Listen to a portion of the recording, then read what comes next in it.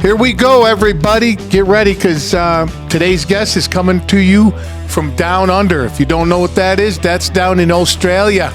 Ryan, I hope I did the accent justice. Ryan's got a lot of great things going on down there. He's a fellow podcaster. One Talk is his show. But we're going to get into all of that in just a few minutes after I throw a bunch of housekeeping stuff at you. Starting off with that, I have a couple different formats within the show. One is you're about to listen to. It's long format. It's me and a guest, and we talk about, well, everything you can imagine, and the topics vary throughout. Just imagine I roll up on you at the airport, and we just start bullshitting. That's the type of format that I enjoy. And then on opposite weeks, I have B-Raw Bites, which is me, this microphone, and just spitting in it to shit that I think you should, actually, it's shit that I think you should hear. And those topics range drastically like my poker hands. So if you like that kind of format, once you listen to this one, everything you need to know is on my website, brawpodcast.com. You can check out everywhere you can listen, links to blogs and other podcasts I've been on and all that good stuff. I want to get your guys' help on something. I'm a one-man band here. I truly enjoy what I do. Everything is going well, and the feedback I get just about every day is very encouraging. But if you like what you hear and you know what I'm doing, tell a friend or seven. Write a review on a podcast of whatever you're listening to. Just click the 5 stars or take a minute and write a review. That would be great. Much appreciate the help. Speaking of help, I got to give a shout out to the 2 companies that I use on the regular. First up is Live Rishi. These guys make high quality CBD product, and I've been using it for over a decade. So it's very easy for me to tell you guys all about it. The Rishi rub keeps my joints and muscles working like a champ.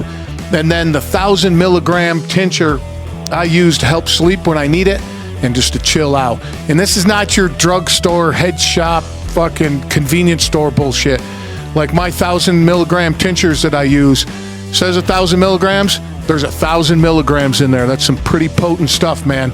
So all quality tested and all that good stuff, and it's Christmas time. We want to show you a little love. Use a code word TABLE50 and you're looking at 50% off your entire order. Yep, cutting your order in half using the code TABLE50. Link is in the show notes. Give the crew over there hell for me when you get there. And also Craig over at High Speed Daddy. This dude is doing some kick-ass stuff. He does gear, backpacks and lunch boxes and other kind of stuff, clothing, everything you can imagine, help with today's parenting. Now, if you're not a parent, don't sweat it. The stuff can be used for everything and anything. And again, just like the tincture and CBD, I use the lunchbox every day, and I use our High Speed Daddy diaper bag every day, if not twice a day. Love that stuff. Craig, again, is a kick-ass dude. Link is in the show notes. And of course, give him shit while you're over there for me. All right, here we go. Let's get on to this show. Ryan, One Talk Podcast, coming right up. This dude's doing a lot of great stuff. Not too long ago, his life was completely different than what he's living now, and it's quite a story, or stories, that got him from where he was to where he is. But of course, like always, I'm going to let him tell you all about it. Let's get to it. The other thing that I say, I don't know if you see in my post too, is nobody ever left the gym saying, fuck, I wish I didn't do that. Oh, 100%. I've never, ever been to the gym and being like, fuck, I wish I didn't go. It's always before the gym where I'm like, oh, I don't know if I should go. Convince myself to go. I walk out and I feel like a complete new person. I've never once had a moment where I'm like, I wish I didn't go. Every time it's worth it. Even if I get injured, even if I come out and I injure myself, because that's been known to happen a couple times, it's still, I'm like, yeah, I'm glad I went. Right. And then I did this, my old gym. I got to know the front door guy, right? Because my old gym was literally 24 hours. So you could go there 1 o'clock in the morning and, but I would get there about 4. And the same guy was there, and he was the overnight guy, and he could give a shit that, he's totally phoning in, just sitting on the bench, on the chair, looking at his Instagram probably, And I come in, he's like, how you doing? I said, well, I'm doing really well, but probably in a few minutes, you're going to see my ass coming in because it's dragging just send him to the locker room once it gets in here and we'll catch up. And he just starts laughing at me. Dude, there's been times, man, that pillow's giving you a nice warm hug and you don't want to get out of bed, and your wife or your girlfriend or boyfriend or whatever you sleep with is all curled up next to you and they're all warm and you're like, oh, I gotta go. Yeah, So, but making those decisions when we are super comfortable in the moment can also adapt to so many other areas of our life, right? Like if we are able to, like especially an example with the bed, you got the missus there, you've got the warmness of the pillows and the blanket, but you still decide to get up and get after it. Can you imagine if you do that over a certain period of time and how that will show up in every other area of your life? Like it's profound the amount you build resilience over time just by making those decisions and going ahead with it. yeah, no, 100%. And they're called, everybody's got them, but, they call them Waltisms for me, right? And little sayings that I do, motion is lotion is one of them. And then another one is, since we're talking about the gym, back in the day, my buddy and I that we worked together in security, we'd go to the gym together. And this dude was just monster fucking black dude, just crazy rip, dude. You're just like, wow, Christ, look at him. He's like carved out of stone, and I could just crush him lifting. And, he used to give me shit about it. And we weighed about the same, but he was just more, defined. But we would, one more. Right? Hey man, one more. The classic. One more. One more. One more. You got, or he'd be pumping out and I'd go one. He's like, I need to hit 15. I know. One. He's like, son of a bitch. But the one more, and if you see on some of my stuff, I took that into business years ago. And then I took it into my personal life. So, but like give you an idea of business, one more phone call, one more cold call, one more email, right? And it's the same as reps. So if at the end of the day, you're fucking tired, you don't want to do anything, and you're like, you know what, I'm just going to send out 2 more emails, right? Well, if you do that every day, that's 10 more emails by the end of the week. Yeah. Right? I mean, same type of theory as reps, obviously. And then in your personal life, you can add some stuff into it, but it's more like business and working out and like goal setting. Just one more, man. Just one more. That one more is so important, especially because I say that people, when they say they want to grow or they want to, like in terms of mindset, mental health, go in the gym, physical, whatever area of their life they want to grow in, I say just focus on 1% every day. Get better 1%. It may not seem like much, but by the end of the calendar year, that's 365% ahead than where you were to begin with. And that's a big huge return. Oh, yeah. Huge. And then the other one that I would use is, people would make a list and their list would have fucking 40 things on it. And you're like, well, what are you going to do? You're not going to do any of that today. Right. Mm-hmm. And in business, I would say, just do something, just a little, just to tick it forward. Just a little, like your 1%. I'm not looking to fucking be a billionaire tomorrow. No, just one little thing to tick my project forward, whatever that project may be, right? So that's where we're at. And I could talk about the gym all goddamn day long, buddy. Me too. Me too. I tell you, now there's this one piece of equipment that my neurosurgeon told me about.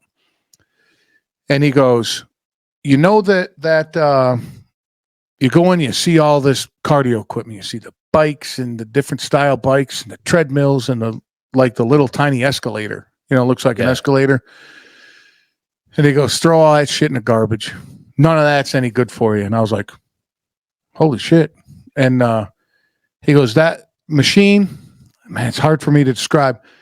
It's kind of smaller and it's got 2 pedals on it. And you have to pedal it. Basically, but you're standing up. And the trick is not to lean forward. You got to keep your back straight and pedal that thing. That thing still, 5 years later, that thing still kicks my ass. And I'm like, I'm conquering you today. But whatever they call that machine, 1, Walt, 0. Fuck. All right. I'll see you tomorrow. But he said that's hands down the best cardio equipment in the whole gym. It makes sense because you have so much movement by doing it as well. Like there's so much motion going on by doing that. Yeah, and his thing is, what keeps you upright? Basically, your glutes and your ass muscles and everything else, right? And that's all attached to your back. And when you're doing this thing, you're building your hamstrings and your glutes. And he's like, that will keep you going down the road. And it's a classic thing in football. The guy with the biggest shoulders and the biggest ass moves the most amount of weight and runs the fastest. Literally. Yeah, and it's like you see the guy with the biggest traps. I don't give a shit how big your biceps are, dude. Go fuck yourself with all that. But you got some traps on you and some thighs muscles on you. Okay, I'm cool, dude. Yeah, you're good. That's where a lot of our explosive power comes from as well. Is that like quads, hamstrings, glutes area? That's where our explosive comes from. Yeah, absolutely. And then, God, what was the book? What Doesn't Kill Us? Have you listened or read that? Who's that by? I'll have to send it to you, but it's the guy is a reporter that his job up until that point was to go and debunk stuff. So if a guy claimed that he could do something, this reporter would go check him out and write an article and totally debunk him. So he got wind of Wim Hof, the guy that does like the breathing. Ice baths and stuff, yep. So he's like, this guy's fucking crazy. He goes, I'm going to go check this guy out. Of course, does a 180, totally falls in love with the figures out that it really does work and all that good stuff. But in that, they describe that you could climb the Empire State Building, right? And your respiratory system only uses like 1,200 calories. And you're like, what? But the muscles in your legs is what burns all the calories. Yeah. Makes sense. Or no, wait, oh shit, wait a minute. Dude, I might have that backwards. Somebody can fact check me on that. That's fine. Oh, but yeah, I understand. Now, the respiratory, because we can lose calories by breathing air. Because I've read a book by James Clear called Breath, and he talked about a lot of the exercise that we're doing, a lot of fat that we burn is mainly through our exhale from breathing. I think I had that backwards then. Yeah. Yep. Yeah. Because at first you're like, what? And then you think about it and you're like, yep, that's your respiratory system burns all your energy. And then you think about those guys playing chess. You ever hear that? Like how many calories those guys burn during the day because they're just thinking so hard? Yeah. Like, at first you're like, that doesn't make sense. But yeah, your brain takes up a lot of power. I think just as a general human, our brain takes up about 20% of our calorie output for the day. Yeah, it's about 10 to 20%. What do you think of that saying that we only use like 10% of our brain? What's your thoughts on that? There's two sides of it. Like I understand why it is, but I think it's very much like misunderstood.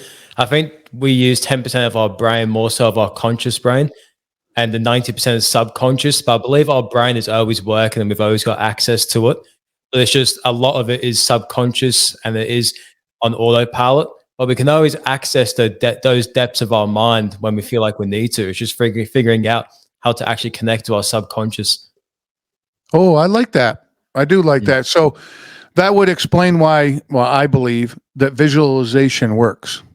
So now if you access that part of your brain and actually visualize, hey, of course it might not be exactly what you visualize, but you're going to get a version of that.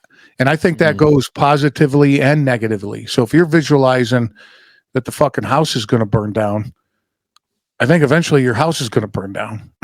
Have I told you about that study that neuroscientists did about basketball with the 30 people? With the what people?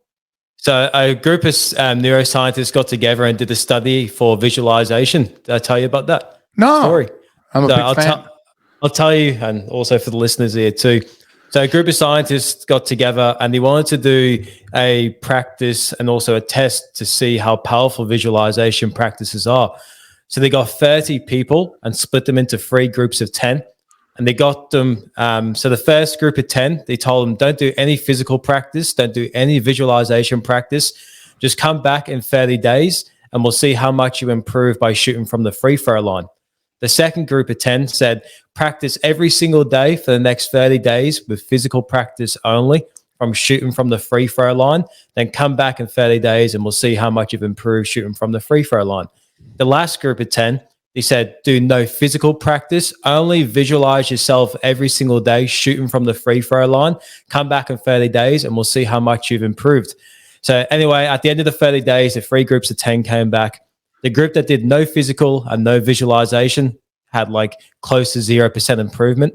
The group that did the physical practice only got 27% improvement. The group that did visualization practice only got 26% improvement, 1% behind the team that did the physical practice. So that just shows the power of our mind when we actually visualize things to an absolute T. And then can you imagine them mixing that with the physical as well, the results we can get in life? It's powerful stuff. Oh, good stuff right there. Yeah. You know, and I'm sitting in my home, and I remember when I was married and had my business, I'd be sitting in the studio because I didn't want to go home to see my ex-wife, right? So I would work, and it's kind of a combination of me not wanting to go home and me working while the business did what it did, you know, because I was putting in those hours. And I remember sitting in the studio and would hear music, you know, because I like music. I'm a country music fan, but I like rock and roll. You know, I listen to just about everything. And the song came on about, you know, a guy not having a very good life. And of course, it's a country song, but not having a good life. He meets a girl and everything turns out well, right? So I was sitting there and I start visualizing like, man, I would love to go out on a date. And it wasn't like a big visualization. It wasn't like, I'm going to rule the world and drive a Bugatti. And you know what I mean? It was just like, hey, you know, this would be cool to go on a date.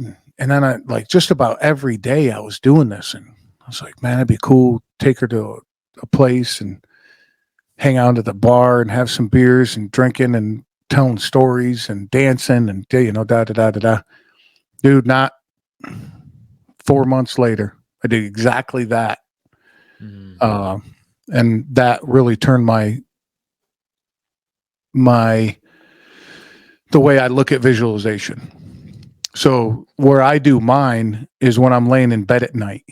So I'll lay in bed, and of course, you know, I'm tired, and I'll fall asleep visualizing something that I want. And it could be the smallest thing of painting a room in the house to a new car or a vacation. Dude, it could be literally anything. And I have a very high percentage of that stuff coming true. And again, not to like, hey man, I'm thinking in my mind and I'm visualizing that this room is 10 by 10 and I want it blue with black trim. And, you know, in my mind, I'm thinking that like I'm looking and I'm like looking down at my hand, feeling the trim and, you know, just like really getting deep into the visualization. And then the next thing I know, it's our main room and it's a different color, but it's, you know what I mean? So it's not like to the T, but I think if you do it and if you believe in it, I think the more detail that you can put into it, not just general, like I'd love to own a house one day. I'm going to just visualize owning a house. No, visualize what color you want it and what side of the house you want the driveway and things like that. You know what I mean? Does that make sense? 100%. And it makes a lot of sense that you do it at nighttime as well, because just before we go to sleep and when we just wake up, we're in the theta brainwave state. And the theta brainwave state is a state we're in from the day we're born up until the age of 7 predominantly. Then after that, our brain starts to develop more and we get more frequencies, etc. But in the theta brainwave state, that's the one just above deep sleep. So we're very susceptible to be having our subconscious programmed up to 300% more. So when we do things in that theta brainwave state, the things that we visualize, the things that we repeat, the affirmations that we say, our subconscious is going to adopt that up to 300% more than we would at any other time during the day. That's the great thing about doing that at nighttime as well, because you're going to start to see the things that you visualize at night start to manifest into your life. And I love how you talk about as well, going so deep into what the visualization is, like the color and stuff like that. An example I can give you of myself, like if I go and publicly speak on the stage, what I do is before I go on stage, I visualize not just me walking up there and speaking, but I visualize the crowd's reaction. I visualize someone coughing while I'm talking. I visualize the aircon and how cold it's going to be while I'm speaking on stage. And by the time I get up there, it's like everything comes to me second nature because I've already lived it. Yep, I did the same thing when I was public speaking. Or story slams. You know what those are? No, explain, please. So, do you ever hear The Moth? The podcast called The Moth? So what they do, okay, so I'll tell you, I know everybody listening on my end has heard the story a bunch, but I love telling it because it's an amazing story. And for the new people, it's an amazing story. My wife and I, when we met, we were both going 1,000 miles an hour in our business, like no time for anything but work. And I'm like, I want to hang out with her. So I sent her a calendar invite that said surprise date with Walt. And that's all it said. And she goes, what's up with this? I go, you're going to have to fucking find out. And that was over 10 years ago, and we still do that shit today. So I'll get a calendar. Cool. Yeah, it's just cool to the secret behind that is you got to be a yes. You know what I mean? You got to be like, yeah, no problem. I come home and I look at I go, how am I dressed? Are we cool? And she's like, yep, good to go. So we go on this date and we walk in, and a story slam is people get up on stage and you got 5 minutes to tell a story, and then you're judged on it and you win and do all that. That shit I don't care about. I just like telling stories. And so the Moth, when we did a lot of traveling before our son was born. And the Moth was our go-to. And what it is they would go all over the country and record these people telling stories and, make a podcast out of it. And so we're watching this thing. I'm all happy. I'm like, that's amazing. I love this stuff. And they call my wife's name to come up and tell a story. And I was like, I look at her. I'm like, oh, shit, this is sweet. You're going to tell a story? She goes, nope, that's your surprise. Good luck. And I was like, sweet. Because I have zero fear of public speaking. Like somebody could come into my door right now, knock on the door, and I could go dressed just like this. What do you want to talk about? I don't give a shit. And so I get up there and I go, she goes, you don't look like Valerie, my wife. I go, no, this is a surprise. And she goes, you didn't know you were telling a story? I said, no. She goes, do you have stories? I go, lady, do I got stories? And she goes, well, you didn't practice, did you? And I go, I lived them. I mean, and the whole time she goes, well, good luck. And the whole time I'm telling this story, I'm thinking in my mind how to do a drop mic moment, like say a line and be like, and everybody like, oh, shit, it's over. And I did pull it off. And out of 13 speakers, I was the only one got a standing ovation. That's so good. Yeah, because I get fucking super animated and I'm all over the place. And of course, where we were and the type of story I told, they're like, oh my God, I can't believe you're telling that. And but going back to that with public speaking, I used to do a ton of that with my business. And it seemed to I really enjoyed it. Really, really enjoyed it. But I seem to be in a box with public speaking because they're there to listen about one thing. Right. Most of mine was entrepreneurship because we had the business and we were doing well and they want to know how you did it and all that good stuff. And when I walked off the stage at the Story Slam, I was like, that's it. That's it right there. There is no walls, no ceiling. When you're telling a story, you can go in any direction at any time and change directions 1,000 times and go up and down. It doesn't matter. And I'm like, that's amazing. Yeah. So public speaking is an art. I You mean, think that's what made you so attracted to podcasting as well? absolutely. And so we did that. I think like November. And I was between jobs. Well, I was at a job that I wasn't happy with. And they, it was the type of job that Christmas time, you got like 2 weeks off, the whole thing. And I'm laying in bed one night and I literally sat up in bed and pointed in the dark and went, everybody's in the kitchen. And I ran to the kitchen and took out a notebook. And the original podcast was called Walt's Kitchen Table. And the reason for that was, if I was coming over to your house right now, we'd be hanging out in the kitchen. If you come over to my house, we go right to the kitchen table and crack the refrigerator open and drink of your choice, and we hang out and tell stories. And right? I mean, yeah, literally. I mean, the way I grew up, the kitchen would be standing room only, and like you couldn't even pass through the kitchen, and every other room in the house empty. Everybody's just jammed in the kitchen. And again, the life lessons I learned, my mom would hold court at the table and, teach you how to balance a checkbook, and you get in trouble and she, we talk about it and, all that shit. Yeah. So I thought that would be a cool thing with the and it was, but then marketing, and it was tough, dude. We're going to talk about food. Nah, I ain't fucking talking about food. And then everybody wanted to stay clean.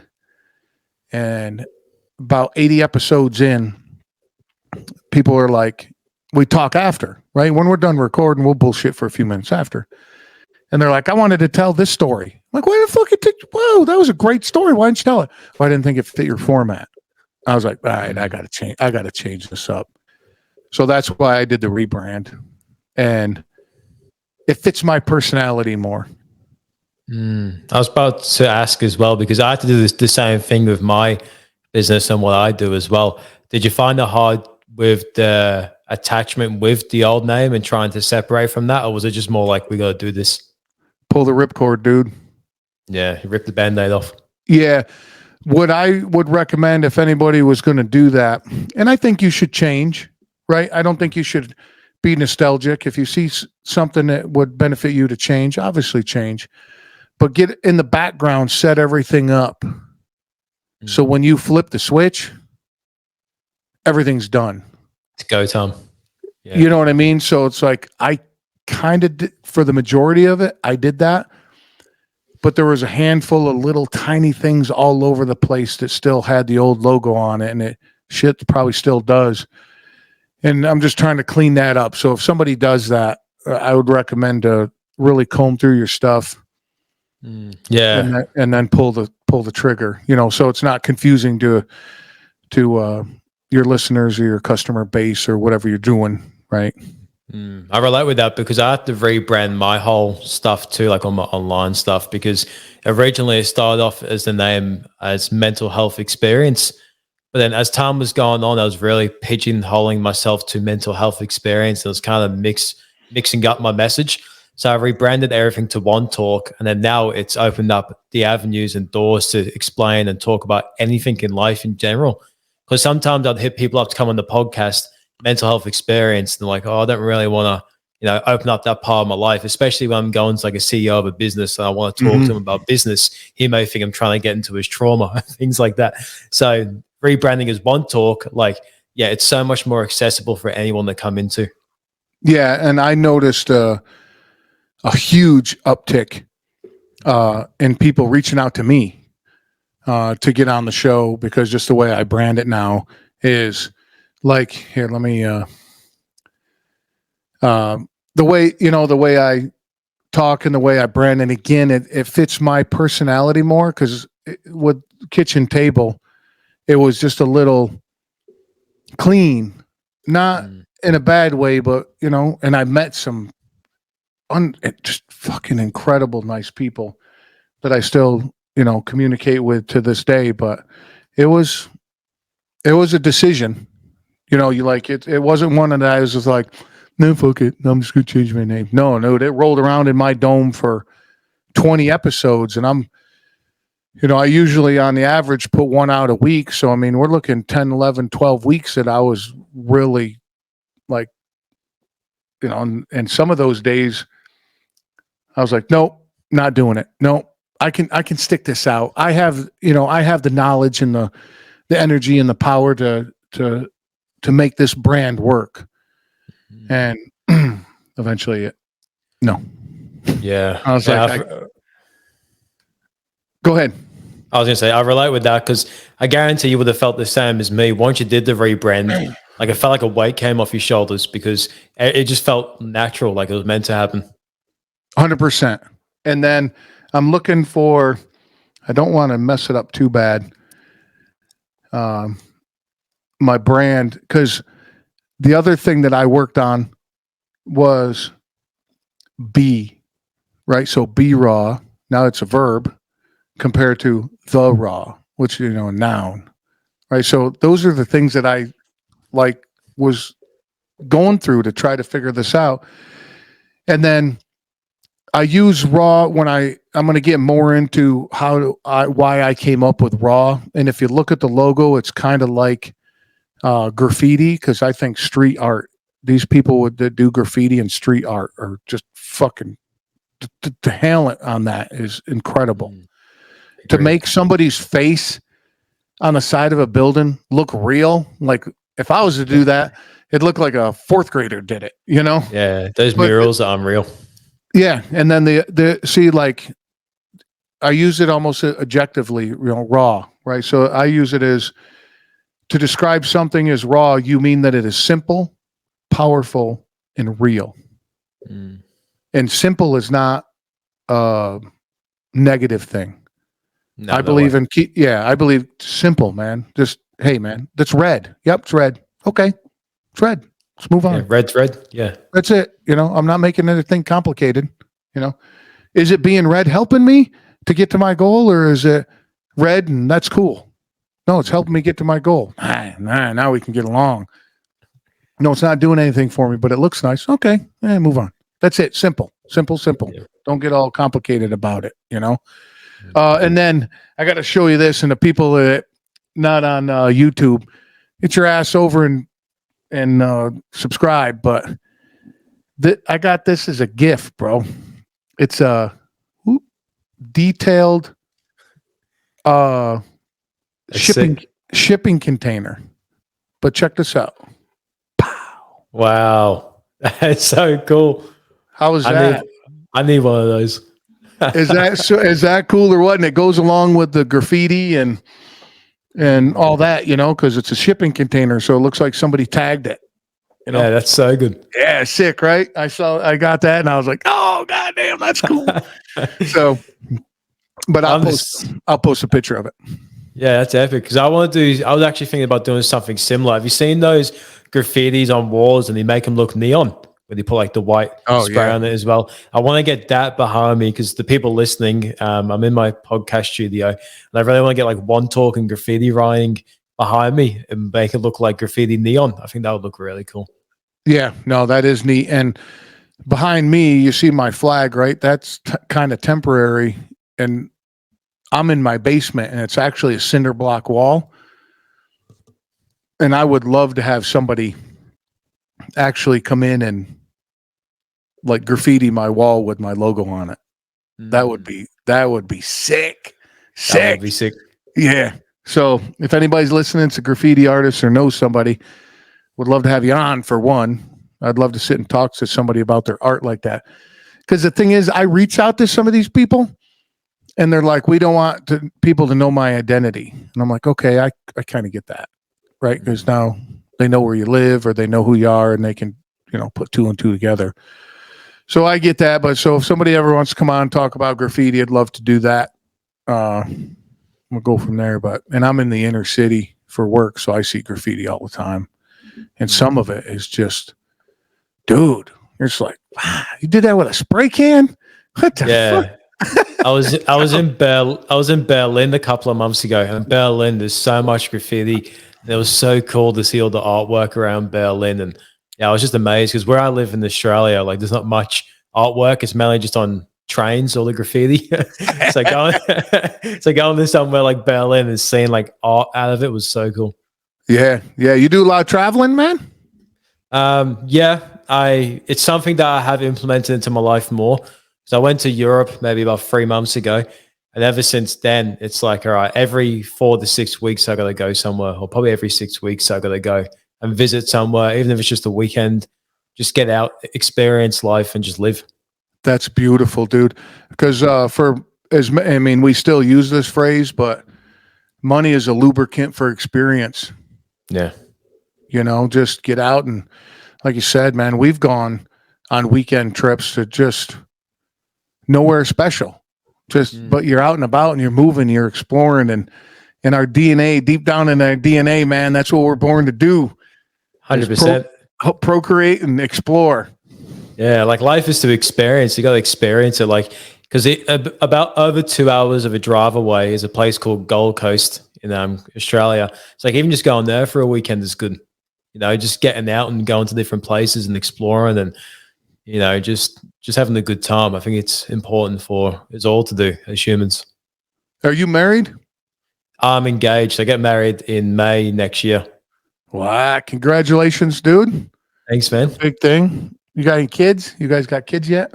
No kids yet. I'm planning.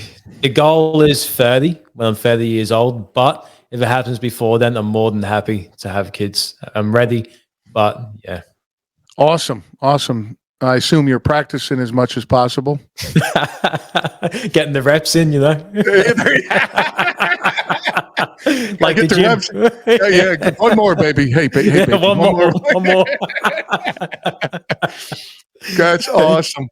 But so like my wife and I, obviously we didn't plan it, right? But the way it worked out, she lived an awesome life. You know, I assume she still does. She seems happy. Same here.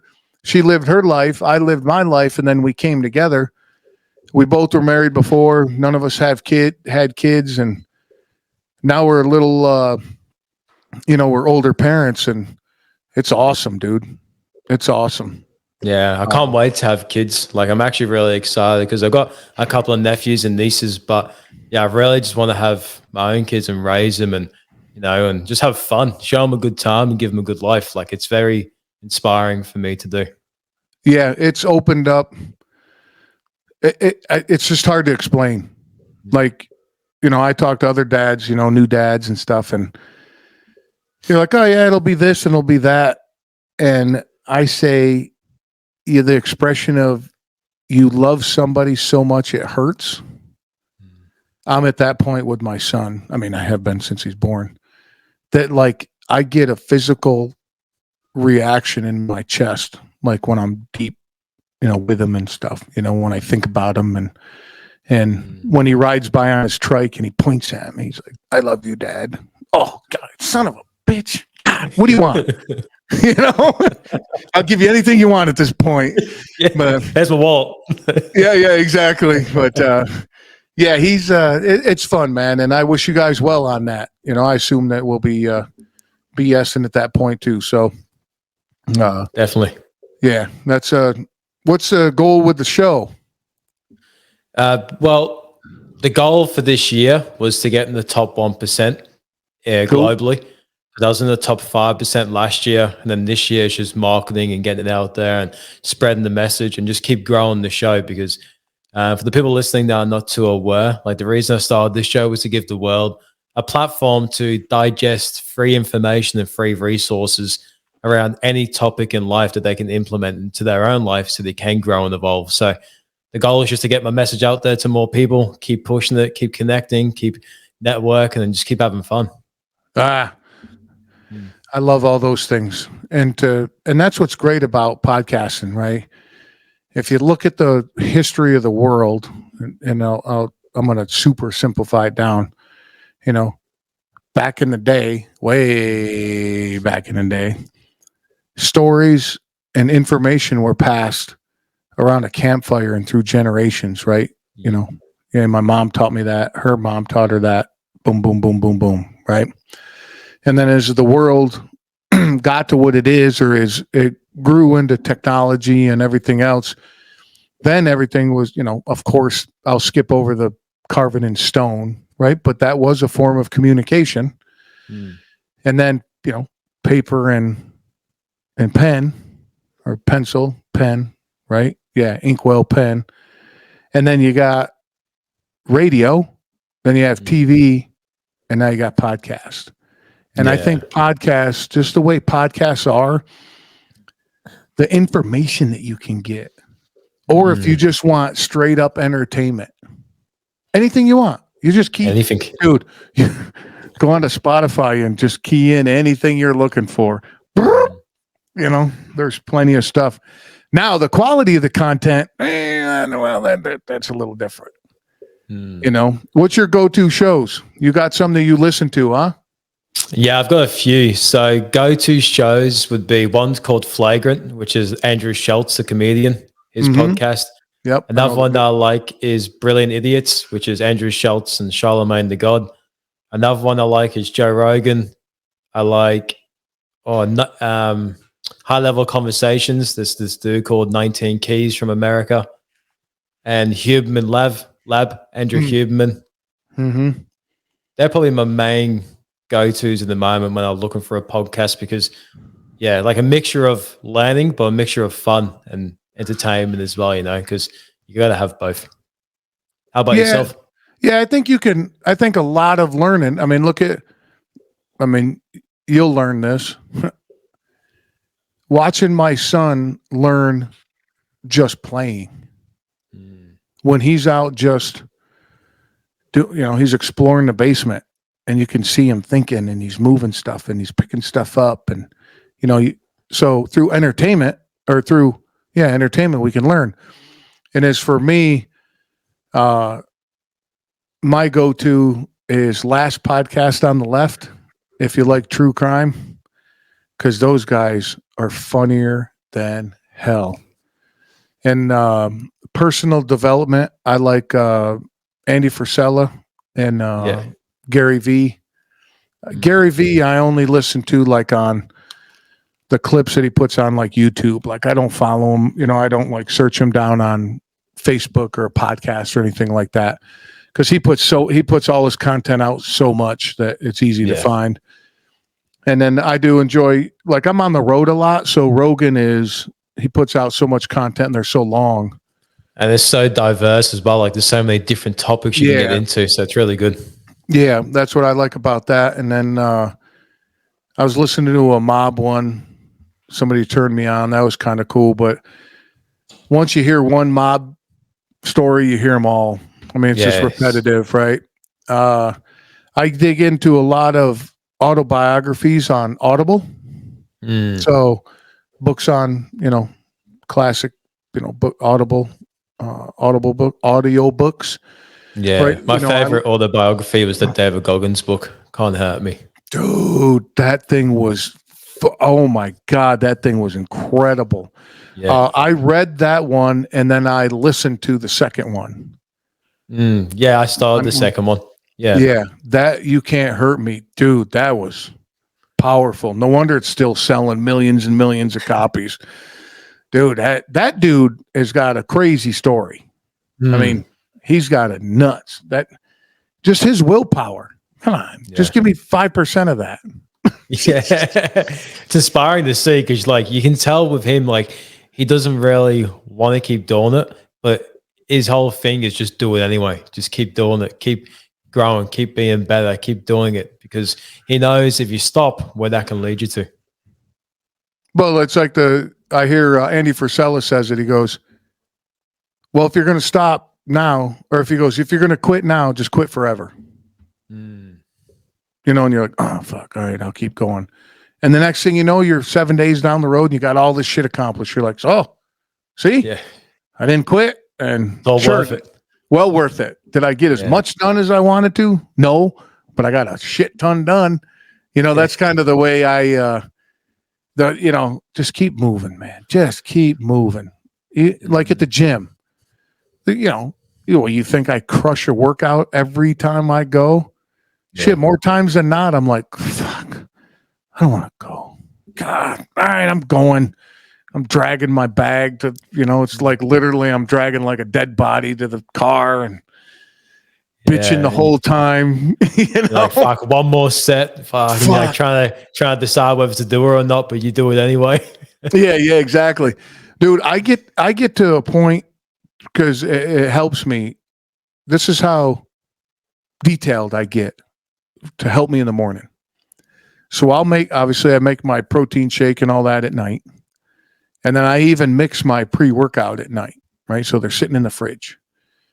And then I got my bag with all my clothes and everything I need that I'm going to change into, right? And then the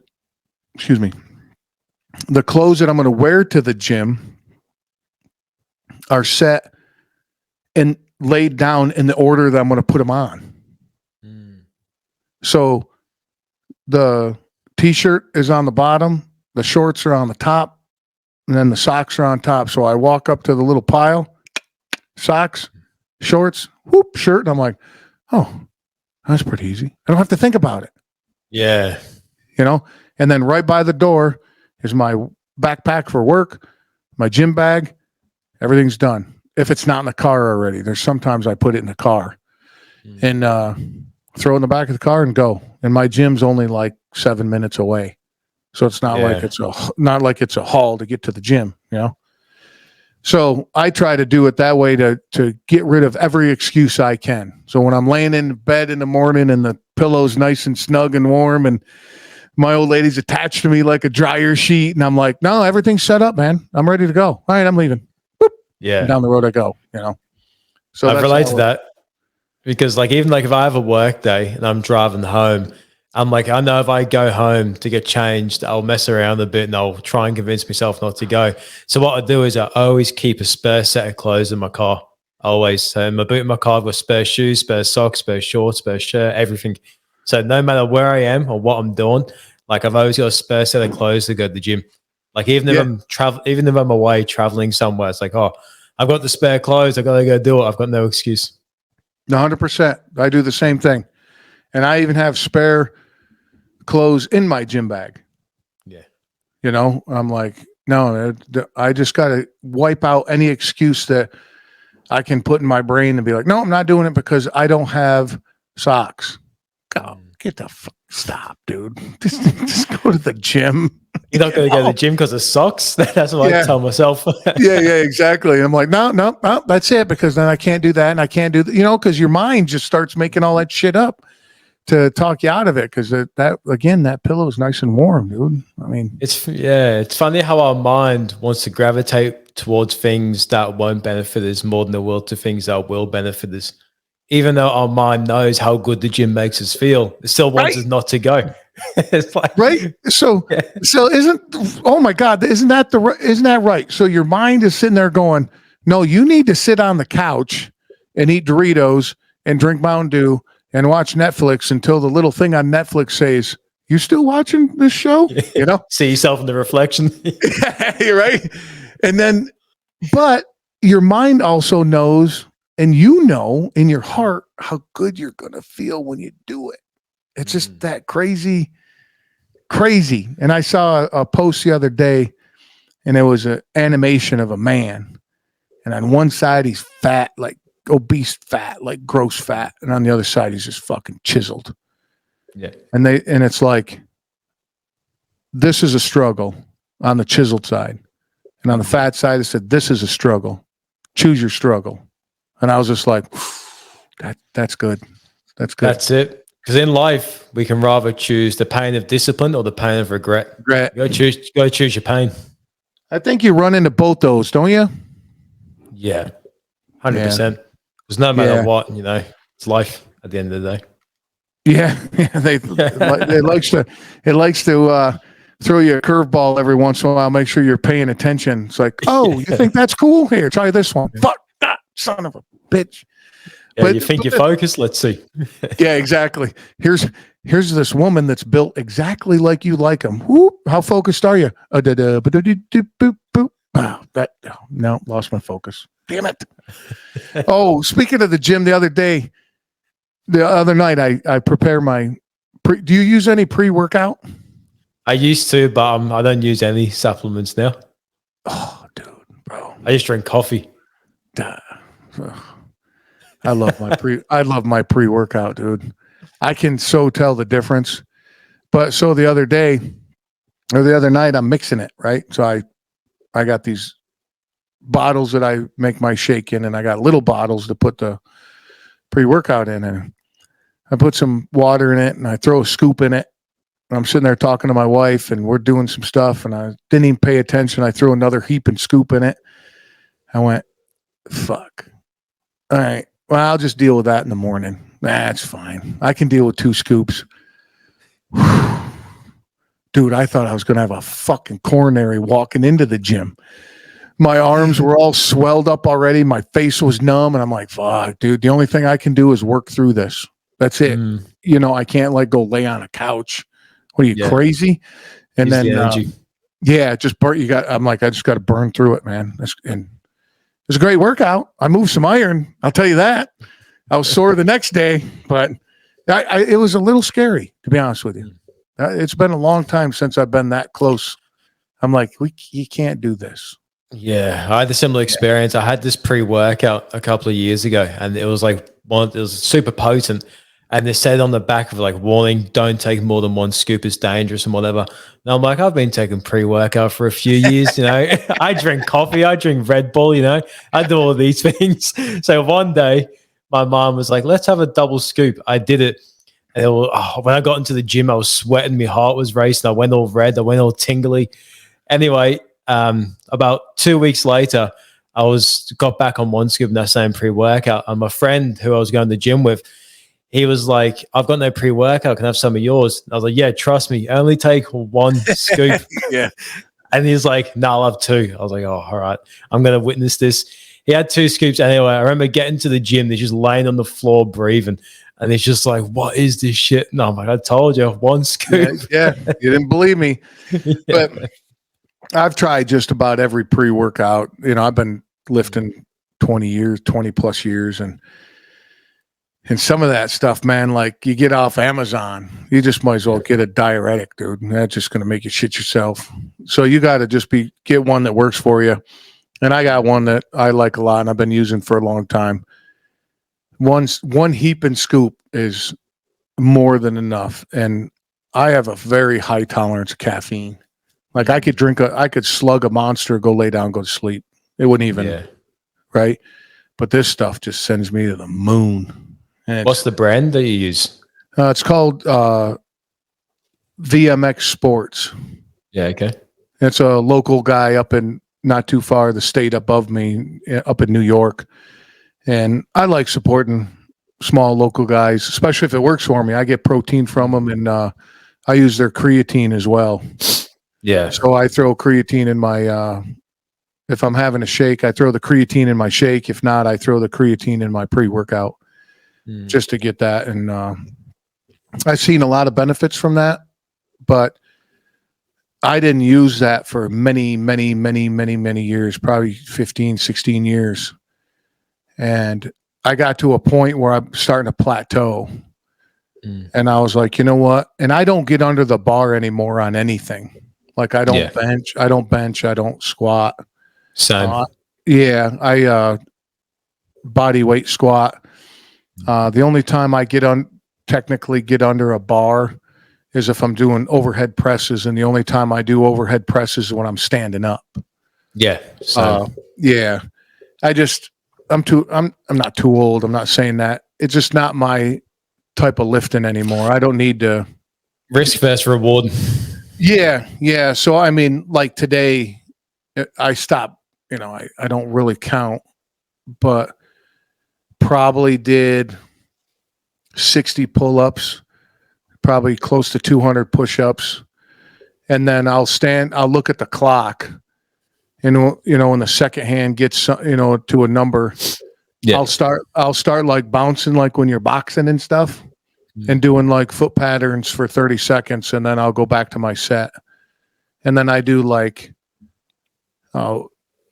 lunges, leg lunges, and just kind of mobility stuff nowadays more than but but there are days I like to, grab 175-pound dumbbells and do some shoulder shrugs and, just kind of get savage about it.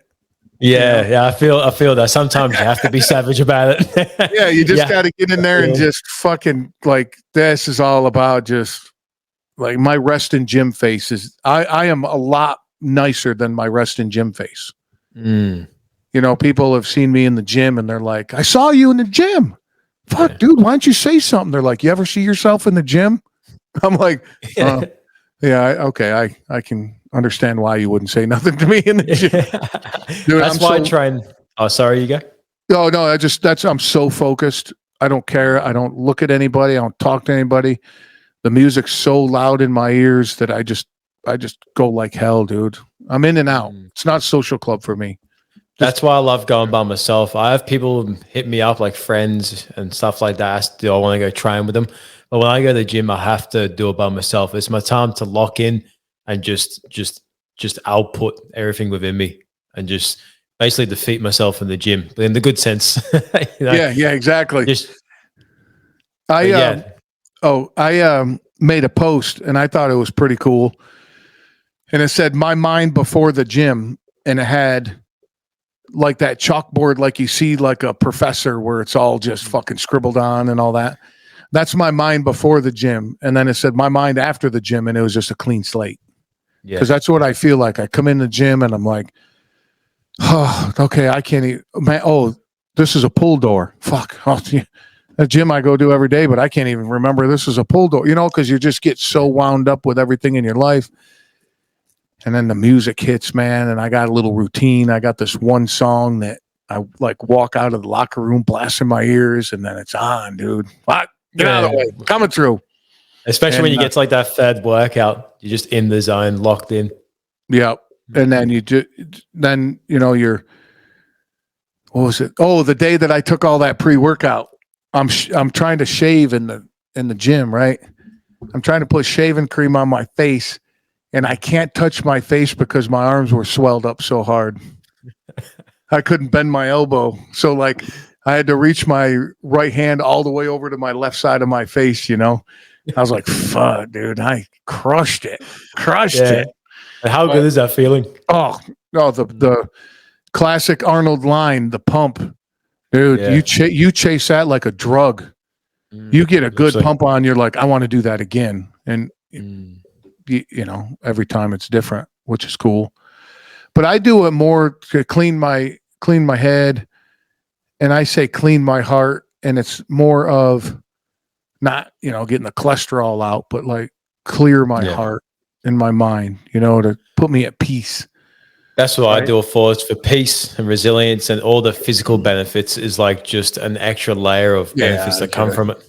Yeah. I'm almost to the point that I don't even care about that, right? Yeah. When I get 2 physicals a year, because I drive for a company, so I have to have a Department of Transportation physical. Then me personally, I go get my own physical.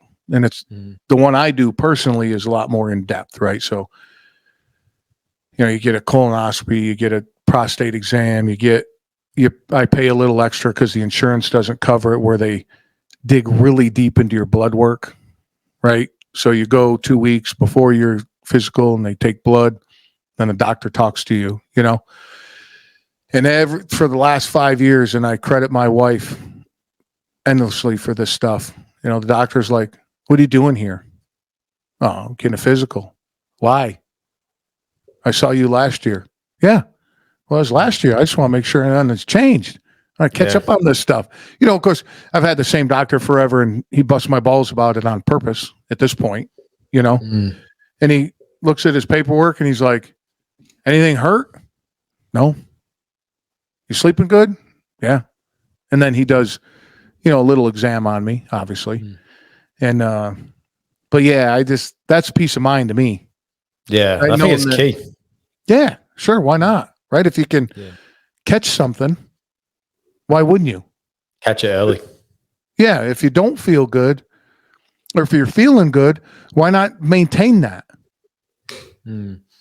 And I right? think getting blood work is important as well, just to see how your vitamins are looking, how your testosterone's looking, and just make sure everything's at a good balance. Yeah. And it's like in your car when your tire starts to lose air and you're like, nah, it's fine. It's fine.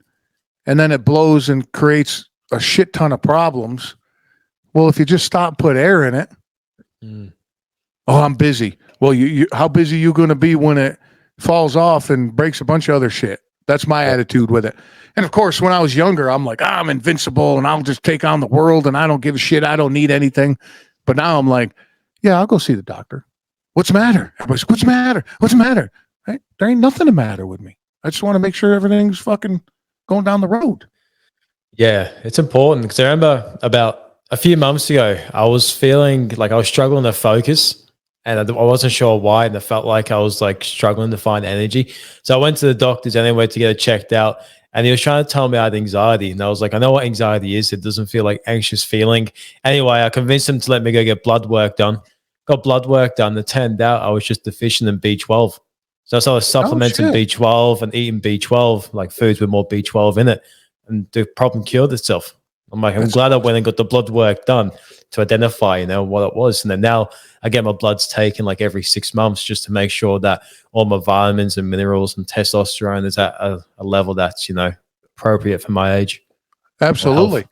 Yeah, absolutely. And then as you get older, there's nothing wrong with getting a little supplement of testosterone here and there to keep you moving down the road, because the overall benefits of that, not just for muscle growth and your sex drive and all that, of course, that's important. But look what it does to all your organs and keeping your blood running. And you know what I mean? People don't, when they say testosterone, you don't need any testosterone. Yeah. What? Yeah, no, I'm not talking about so I can stay muscular or keep my dick hard. I'm talking about everything else in my body. Yeah.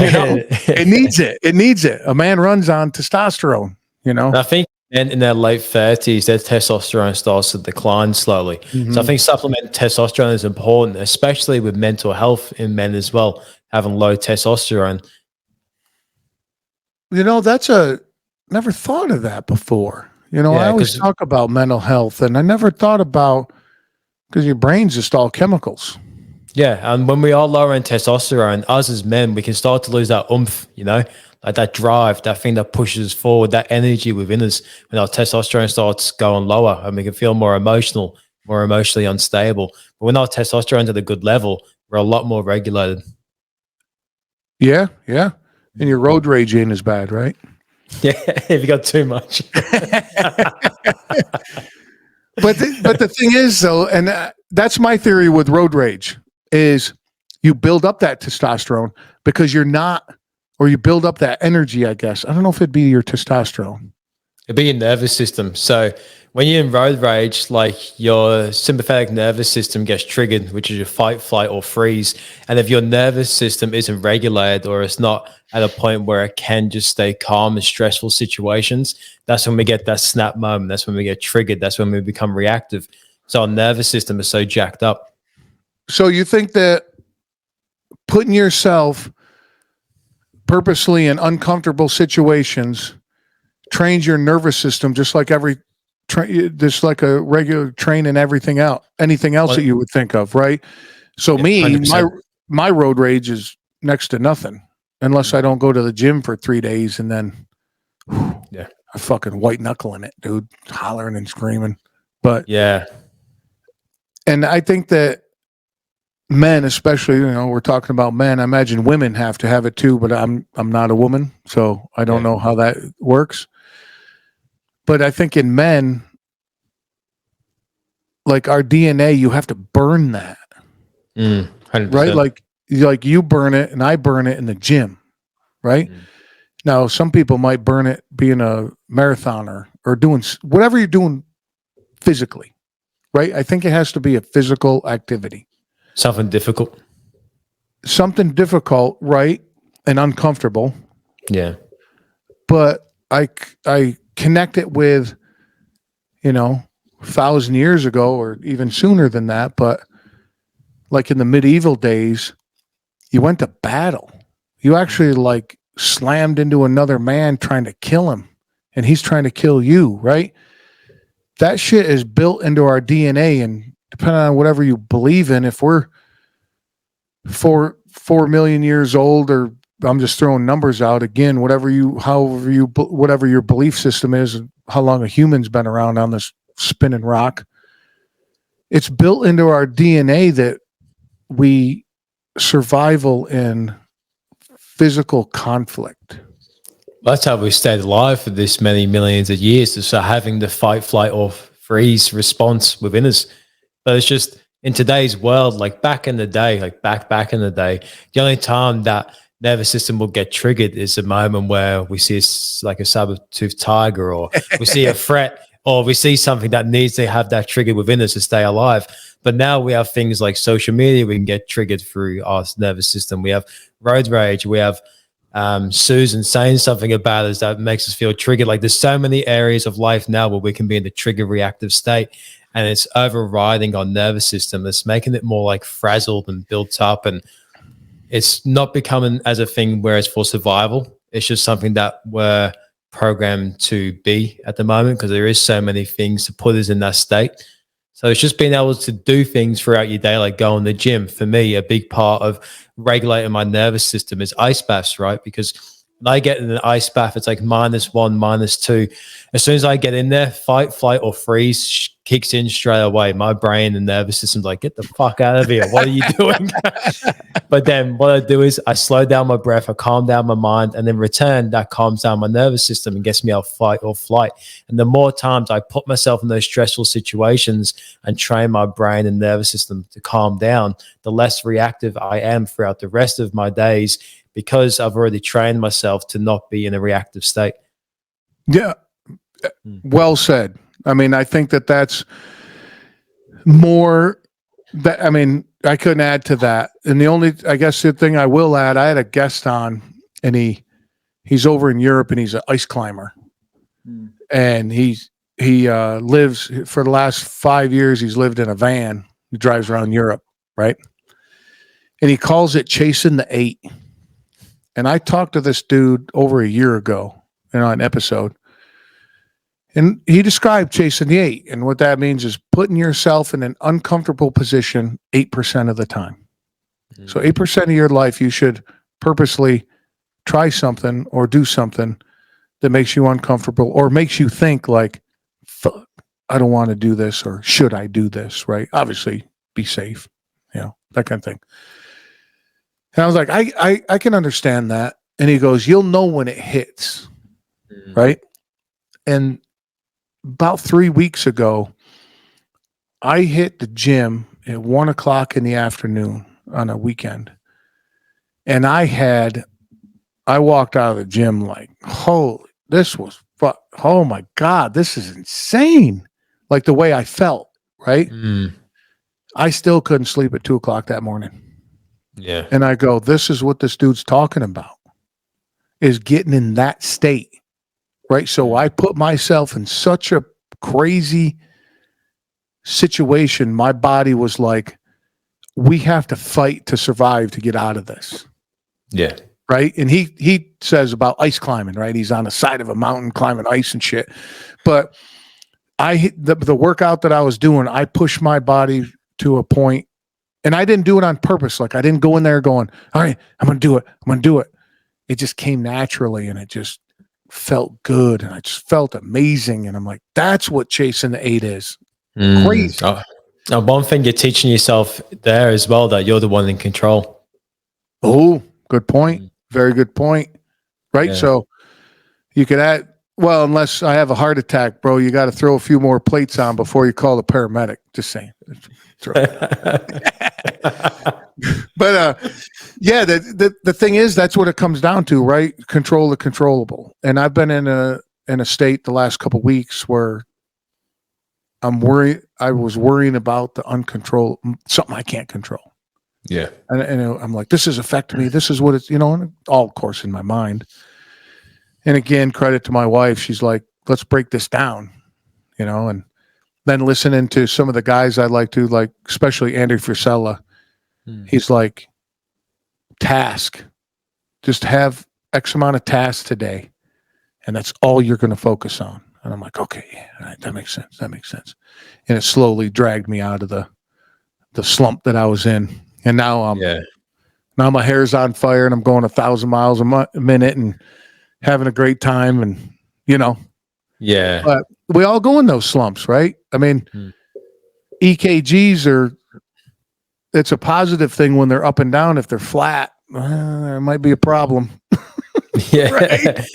So you're going to have ups and downs, and I love them, and you got to take them and just keep going. Yeah. And like, I've gotten to a point in my life now when I have down moments, I somewhat enjoy it because I know the lessons I'm going to learn from those moments are going to be so crucial in terms of when I get back in a higher level of vibration or feeling or whatever you want to call it. Because in those moments when I'm feeling down or I feel stuck or whatever it is, like I learned so much about who I truly am, like the shadow of me. I learned a lot about my shadow. And then the more I know about my shadow, the more I know how to use it for power in my life.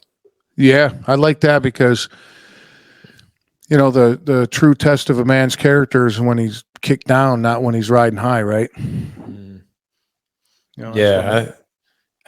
that can relate to so many other areas of your life as well. Like you think, I didn't give up at that point in my life when I was at my lowest. So why would I give up now when things are going well? No, that's a good phrase to keep on a notepad in your brain, right? In the Rolodex, because your hardship, the hardest thing you've ever been through, might be crazily different than my hardship. My hardship might have been the hardest thing I ever did was, oh my God, I didn't get that fucking squirt of milk in my Starbucks coffee. Yeah. Right. And then you got somebody next to you.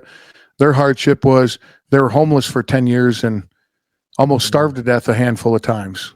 Right. So, using your phrase, hey man, I survived that. This is nothing.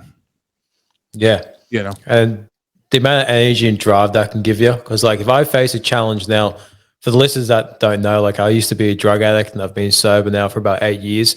But I always reflect back on those moments when times get tough because I go, if I can get sober, and I basically did it all by myself and overcome all the challenges that I faced becoming sober, I was like, how can I not overcome this challenge in front of me now? I was like, it's no way near as big as that. And if it is, that somewhat excites me as well because I know now from living experience of overcoming something, how good it feels when you do overcome it. So that visualization of the future also inspires me when I have a challenge in front of me. It's also looking at things through a lens that will give you more power and more strength instead of looking at challenges as something that's going to take away your power and feeding into that and letting it all become out of your control.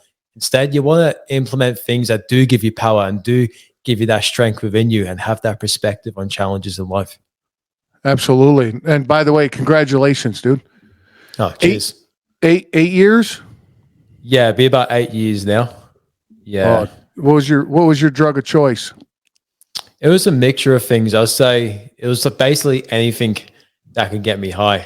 So the one I did every single day nonstop, which is marijuana. But then I wanted more than just marijuana. Like I was smoking like synthetic weed.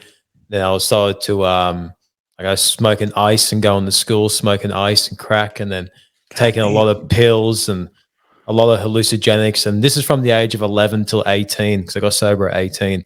And yeah, the journey in between there was just nuts. But then at 18, I decided to get sober. And then from 18 to 20 was just every suppressed emotion from 11 till 20. I had to deal with because it was all numb before then. Then at 20, that's when I just clicked my fingers and I just said, you know what? It's rather I stay in this shit or I get out of this shit. So I decided to get out. Good for you, man. You go cold turkey or did you have a run at it? It was a slow burner. So when I first quit, I was like, what's one thing I do from morning to sleep? It was like marijuana. I was like, cool. If I can quit marijuana, I should then have the strength to quit everything else. And for the people listening, this is not my advice for quitting drugs. It's just the way I did it. Process of elimination. All right. I got 6 drugs, man. All right. Which one do I want to get rid of? Yeah. So I quit marijuana. And then 9 months later, I was like, if I can quit the thing I knew I couldn't live without. I can quit the rest of these. Yeah. So then after 9 months, I ended up going cold turkey completely from the rest. Yeah, that's how I did it as well on both. I went cold turkey. I don't recommend that to anybody. No, it was tough. The only thing I recommend on, because everybody's journey is wildly different. So the only thing I recommend to anybody in their journey is not to do it alone. Yeah, that's one thing I shouldn't have done. And that's one thing I make sure I push to other people if they are on that journey, is to utilize people around you and supports. Absolutely. And there's plenty of people. You just got to check your ego and go up to somebody and be like, can you help me? Yeah. And you'd be surprised how willing they are to help as well. Absolutely. Well, I think that's built in our DNA as well. We're social animals, right? We're clan people. So when somebody comes up to us, part of the clan, they need help. And if you do help them, you're just not being an asshole either. There's that part. Yeah, because through generations, we've all grown up in tribes and communities. It's only as of recent where we separated. And I feel like we feel that power when we have strength in numbers. Absolutely. And that could go, it's the gang mentality, right? Yeah. But I'd like to talk about the positive part of that. And I'll use 9/11 over here in America. Look how, they say, allegedly, they say they're trying to divide the country doing that, And all they did was bring it all together, because that's just the way people are. I'm just using that for an example because I was part of that. But you could take any an earthquake, or a kid falls in a well. That's a great example.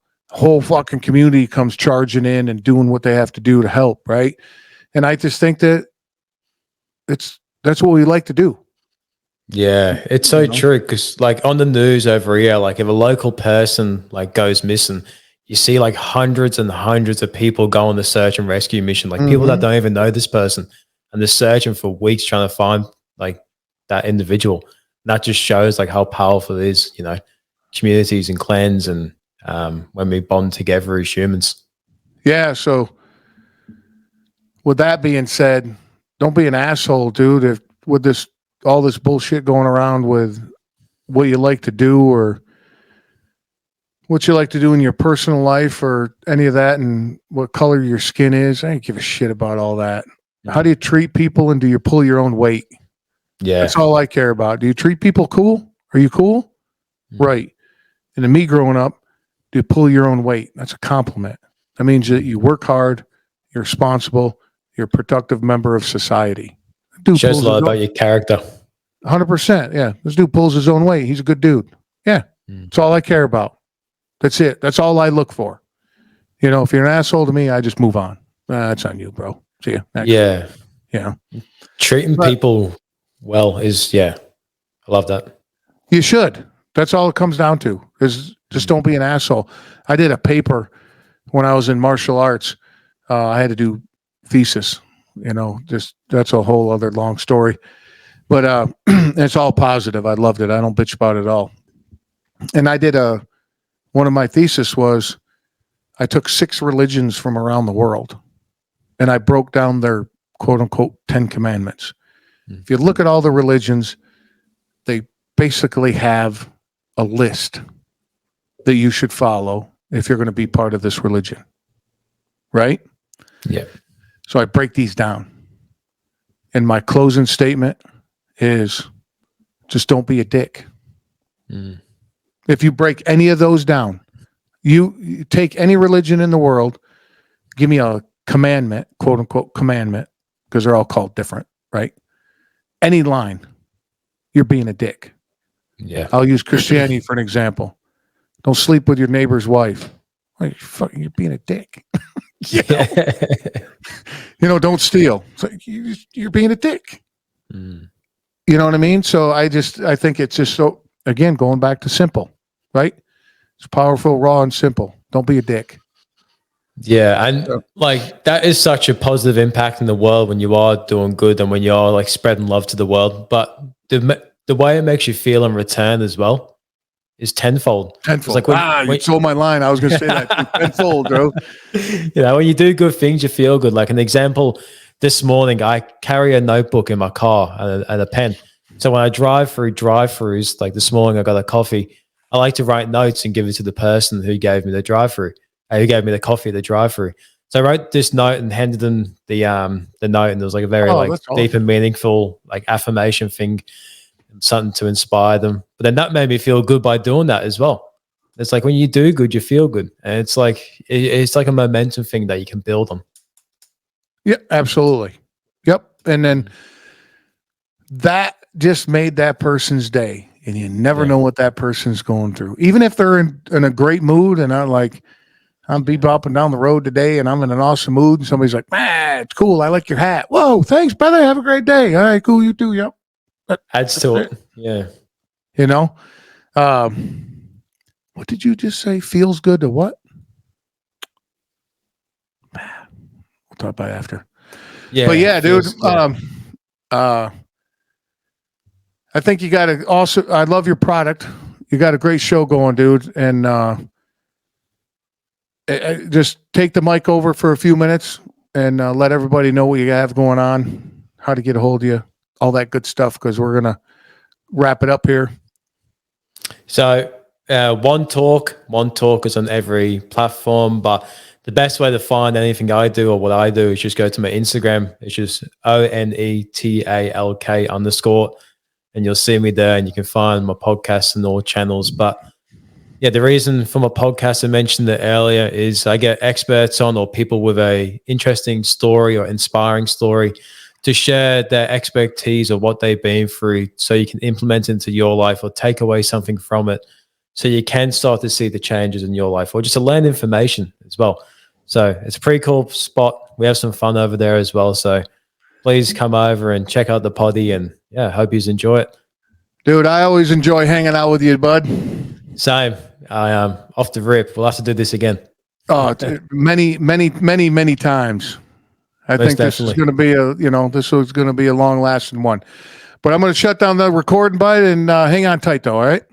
Yeah. Cheers, guys. See that? Ryan walks the walk, man. He just doesn't talk the talk, and I agree with him. It feels good when you do good. Get a hold of Ryan. I bet you he would love to speak with you. Link is in the show notes everywhere you guys can connect. Give him hell, of course. And then I'm going to get you out of here because I know you got shit to do. But don't forget, Live Rishi, 50% off your entire order. High Speed Daddy, my website. Tell a friend or seven. Spread the word. Merry Christmas all. And don't forget, don't act cool, be cool. Till next time.